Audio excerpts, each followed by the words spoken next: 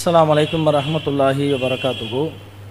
அன்பார்ந்த சகோதரர்களே, திருமணம் என்று சொன்னாலே அதில் மிக முக்கியமாக பேசப்படுவது வரதட்சணை தான். எவ்வளோ தருவீங்க, எவ்வளோ காசாக தருவீங்க, எவ்வளோ நகையாக தருவீங்க, வீடு தருவீங்களா இல்லையா, மாப்பிள்ளைக்கு பல்சர் தருவீங்களா அல்லது வேறு எதுவும் தருவீங்களா, விசா தருவீங்களா. இப்படி திருமணம் என்று சொன்னாலே அதில் முதல்கட்டமாக பேசப்படுவது இந்த வரதட்சணை தான். இந்த வரதட்சணை வெளிப்படையாக கேட்காதவர்கள் கூட நாங்கள் வரதட்சணையெல்லாம் வாங்கிறது இல்லை என்று சொல்லக்கூடியவர்களும் கூட மறைமுகமாக கேட்டு வாங்குவதை பார்க்கின்றோம். நாங்கள் வரதட்சணையெல்லாம் எதுவும் கேட்க மாட்டோம், உங்கள் மகளுக்கு நீங்கள் செய்கிறத செய்யுங்க. மூத்த பொண்ணுக்கு 50 பவுன் போட்டிங்க, உங்கள் ரெண்டாவது பொண்ணுக்கு நீங்கள் சும்மாவாக விட்டுற போகிறீங்க, ஒரு 40 பவுனாவது போடுங்கன்ட்டு அதுக்கு அர்த்தம். இப்படி மறைமுகமாக கேட்கக்கூடிய காட்சியை பார்க்கின்றோம். இன்னும் சிலர்கள் இருக்கிறார்கள், வரதட்சணையை நாங்கள் வாங்கவே மாட்டோம், அறவே வரதட்சணை கூடாது என்று சொல்லக்கூடியவர்கள். அந்த பெண் எடுக்கக்கூடிய அந்த இடம் இருக்குல்ல, அது ரொம்ப பெரிய இடமா பார்ப்பாங்க, நல்ல வசதியான இடமா பாருங்க. இவன் ரொம்ப ஏழையாக இருப்பான், இவன் அன்னாடங்காட்சியாக இருப்பான், இவன் பெண் எடுக்கிறது எப்படி இருக்கும்னு கேட்டால் பெரிய டாடா பிர்லாவாக இருக்கணும், பெரிய பணக்காரனாக இருக்கணும். இவன் நினைப்பு என்ன, நம்ம அந்த வீட்டில் பெண் எடுத்துட்டா நம்மளை சும்மா விட்டுருவாங்களா, நமக்குன்னு ஒரு கடைகண்ணி வச்சு தர மாட்டாங்களா, நம்ம வாழ்வாதாரத்துக்குன்னு உதவ மாட்டாங்களா, அவங்க பொண்ணை கட்டிட்டு வந்திருக்கோம், நம்மளை சும்மாவாக விட்டுற போகிறாங்க, ஒரு வீடு கொடுக்க மாட்டாங்களா என்ற இந்த ஆசையில் இவன் என்ன செய்கிறான்னு கேட்டால் பெரிய பணக்கார இடமா பார்த்து பெண் பேசுவதை பார்க்கிறோம். இப்படி எல்லா தரப்பு மக்களுமே இன்றைக்கெல்லாம் ஒரு திருமணத்திற்கு போய் கலந்து கொள்வதற்கு பயமாக இருக்கிறது.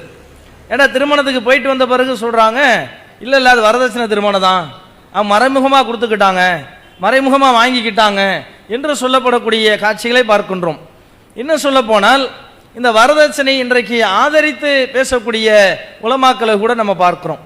ஏன் என்ன வாங்கக்கூடாதுன்னு எங்கே இருக்குது, அவங்களா தானே தர்றாங்க, விருப்பப்பட்டு தர்றதை நம்ம மறுக்கிறதுக்கு மார்க்கத்தில் அனுமதி இல்லை என்றெல்லாம், இதை வாங்கக்கூடாது எங்கே இருக்கிறது என்றெல்லாம் பேசி இதை நியாயப்படுத்துவதை கூட பார்க்கின்றோம். திருமறை குர்ஆனிலே அல்லாஹ் சொல்லி காட்டுகிறான், லா தஅகுலு அம்வாலக்கும் பைனக்கும் பில் பாத்தில், உங்களுக்கு மத்தியில் உங்களுடைய செல்வங்களை நீங்கள் தவறான முறையில் சாப்பிடாதீர்கள். நீங்கள் உங்களுக்குள்ள வாழ்றீங்க, அடுத்தவர்களுடைய பொருளை நீங்கள் என்ன செஞ்சிடாதீங்க, தவறான முறையில் நீங்கள் சாப்பிட்றாதீங்க. நீங்கள் வரதட்சணை கேட்குறீங்க, அவனா மனம் வந்து அவனா இஷ்டப்பட்டு அவனே ஆசைப்பட்டு இந்த பாவா வச்சுக்க, இந்த அத்தா வச்சுக்க, நீனா என்கிட்ட நிறையா இருக்குது, என்கிட்ட அதை பாதுகாக்கிறதுக்கு இடம் இல்லை, வச்சுக்கிறதுக்கு இடம் இல்லை, இந்த 100 பவுன் தர்றேன், இந்த 2 லட்ச ரூபா தர்றேன் அப்படின்னு மனம் வந்தா தர்றான். அப்படி யாருமே தர்றது இல்லை. தர்றது எல்லாருமே எப்படி தர்றாங்கன்னு கேட்டால் மனம் நொந்து போய் கஷ்டப்பட்டு வேதனைப்பட்டு, சமுதாயத்தில் இப்படி ஒரு நிலைமை இருக்குதே, இப்படி வாங்காமல் எவனும் திருமணம் பண்ண மாட்டேங்கிறானே, என் பொண்ணு இப்படியே இருந்துக்கிட்டே இருக்குதே, குமர கரையேற்றி ஆகணுமே என்று கஷ்டப்பட்டு புழுங்கி மனம் வேதனை அடைஞ்சு தான் அதை கொடுக்குறான். அப்போ இந்த காசு நமக்கு செரிக்குமா, இந்த காசு நமக்கு ஹலால் ஆகுமா? அல்லாஹ் குர்ஆன்ல சொல்கிறான், நீங்கள் தவறான முறையில் சாப்பிடாதீங்கிறான். அப்போ இது தவறான முறையில் சாப்பிட்றது தானே.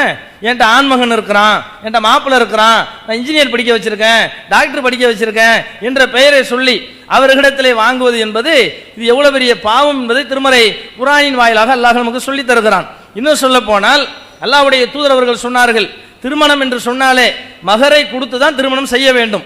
மகர் கொடுக்கிறதுக்கு முடியவில்லை என்று சொன்னால் அவன் திருமணமே செய்யக்கூடாதுன்றாங்க. வாங்குறதுன்றது பெரிய குற்றம், அதில் இல்லாமல் நீங்கள் கொடுத்து தான் திருமணம் பண்ணணும் என்று இஸ்லாம் சொல்லுது. கொடுத்து திருமணம் பண்ண வேண்டும் என்று சொல்லக்கூடிய இஸ்லாம் வெறுமனே சும்மா ஃபார்மாலிட்டியாக சொல்லிட்டு போகலை, போகிற போக்கில் சொல்லிட்டு போகலை, முடிஞ்சா கொடு முடியாட்டி கொடு அப்படி சொல்லிட்டு போகலை. கொடுக்க முடியாவிட்டால் திருமணமே செய்யாத. ரசூலுல்லாஹ் சொல்றாங்க, யா மாஷர ஷப்பாப், இளைஞர் சமுதாயமே, மனிஸ்ததா மின்கும்பல் பாஅத, உங்களில் எவருக்கு சக்தி இருக்கிறதோ அவர் ஃபல்யதஸவ்வஜ், அவர் திருமணம் செய்யட்டும். வமல்லம் யஸ்ததி, எவருக்கு சக்தி இல்லையோ அவர் ஃபஅலைஹி பிஸௌம், அவர் மீது நோன்பு நோற்பது கடமை. சக்தி இருந்தால் திருமணம் பண்ணிக்கங்க. உங்களுக்கு அந்த பொருளாதார வசதி இருக்கிறது, உடல் ரீதியான வசதி இருக்கிறது என்று சொன்னால் திருமணம் செய்து கொள்ளுங்கள். அதற்கான சக்தி இல்லை என்று சொன்னால் நீங்கள் நோன்பு வச்சு கொள்ளுங்கள். ஃபஅலுல் பஸர், அது உங்களுடைய பார்வையை தடுக்கும். அஹ்சின் லில் ஃபுருஜ், அது உங்களுடைய கற்பை பாதுகாக்கும் என்று அல்லாஹ்வுடைய தூதர்கள் சொன்னார்கள். திருமறை குர்ஆனில் அல்லாஹ் சொல்லி காட்டுகிறான், இந்த மகரை பற்றி சொல்லி காட்டுகிறான். வ ஆத்துன்னிசா சதுகாத்துஹின்ன நிஹலா, பெண்களுக்கு கொடுக்க வேண்டிய மகர் தொகையை கொடுத்து நீங்கள் திருமணம் செய்யுங்கள் என்று அல்லாஹ் சொல்லி காட்டுகிறான். இன்னொரு இடத்துல அல்லாஹ் சொல்றான், எப்படி சொல்றான் தெரியுமா? ஆத்தைத்தும் இஹ்தாஹுன்ன கின்தாரன், நீங்கள் அவர்களுக்கு ஒரு பெரிய பொற்குவியலையே கொடுத்தாலும் மகராக கொடுத்தாலும் லா தஅகுது மின்ஹு ஷையா, அதிலிருந்து நீங்கள் எதையும் பிடுங்கிக் கொள்ளாதீர்கள், எதையும் வாங்கிக் கொள்ளாதீர்கள். தஅகுதுனஹு புஹ்தானன் வ இஸ்மன் முபீனா, அந்த புடுங்குவது அவர்களிடமிருந்து வாங்குவது பெரிய அநியாயமாகவும் தெளிவான பாவமாகவும் இருக்கக்கூடிய நிலையில் நீங்கள் அவர்களிடமிருந்து வாங்கிக் கொள்வீர்களா என்று அல்லாஹ் கேட்கின்றான். இப்படி இந்த மகரை கொடுத்து தான் திருமணம் செய்ய வேண்டும் என்று இஸ்லாம் நமக்கு சொல்லி காட்டுகிறது. கொடுத்து திருமணம் பண்ண வேண்டும் என்று சொல்லக்கூடிய மார்க்கத்தில் எப்படி வாங்கலாம்? கொடுத்ததே வாங்காதங்க என்று சொல்லக்கூடிய மார்க்கத்தில் எப்படி வரதட்சணை வாங்க முடியும்? ஃபார்மாலிட்டிக்கு அவங்கள்ட்ட வாங்கி அவங்களுக்கே கொடுக்கிறது. ஃபார்மாலிட்டிக்கு 1001, 2001, 5001 மகர் என்பது அவர்களுடைய வாழ்வாதாரம். இஸ்லாத்தில் ஜீவானம்சம் என்பது கிடையாது. ஒரு தடவை நீங்கள் செலுத்தக்கூடிய அந்த மகர் தான் கணவன் இறந்து விட்டாலோ பிரிந்து விட்டாலோ ஓடிவிட்டாலோ அவள் அடுத்து வாழக்கூடிய வாழ்க்கைக்கு அது வாழ்வாதாரம் என்று இஸ்லாம் சொல்லி காட்டுகிறது. அவ வரதட்சணைக்கு எங்கேயுமே இடம் கிடையாது. அது ஒரு பிதாத்து, மாற்று மதத்தவர்களிடமிருந்து காப்பிடிக்கப்பட்ட ஒரு பிதாத்து. சுன்னத் என்னவென்று சொன்னால் மகரை கொடுத்து திருமணம் பண்ண வேண்டும். அப்படிப்பட்ட மக்களாக அல்லாஹ் ஆக்கி விடுவானாக. அஸ்ஸலாமு அலைக்கும்.